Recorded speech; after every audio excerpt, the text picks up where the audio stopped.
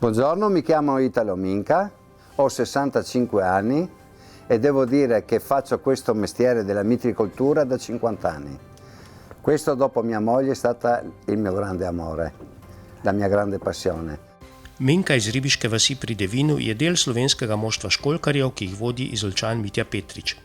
V Sloveniji gojijo školjke na 11 hektarjih in na 3 lokacijah, pridobiti pa želijo koncesije tudi za školjčišča v Italiji in na Hrvaškem.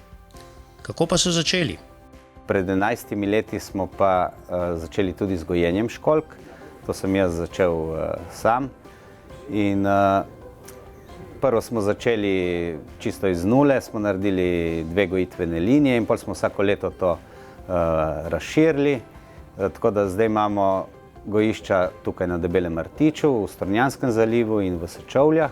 Vse skupaj imamo zdaj 11 hektarjev gojitvenih površin.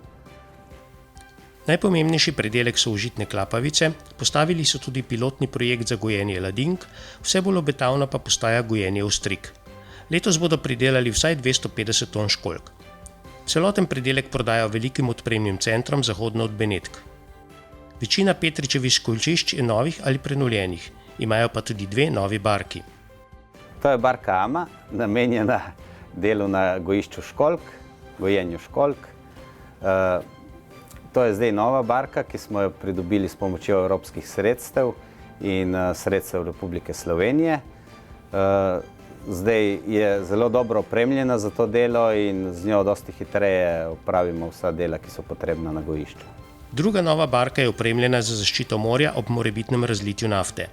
Namenjena pa je tudi za postavljanje novih školjčišč. To storitev ponujajo predvsem na Hrvaškem. Školjčišča lahko zgradijo dobesedno na ključ, kar vključuje tudi pomoč pri pridobivanju evropskih sredstev. Povpraševanje po školjkah je tolikšno, da školjkarji na tem delu Jadrana niso tekmeci.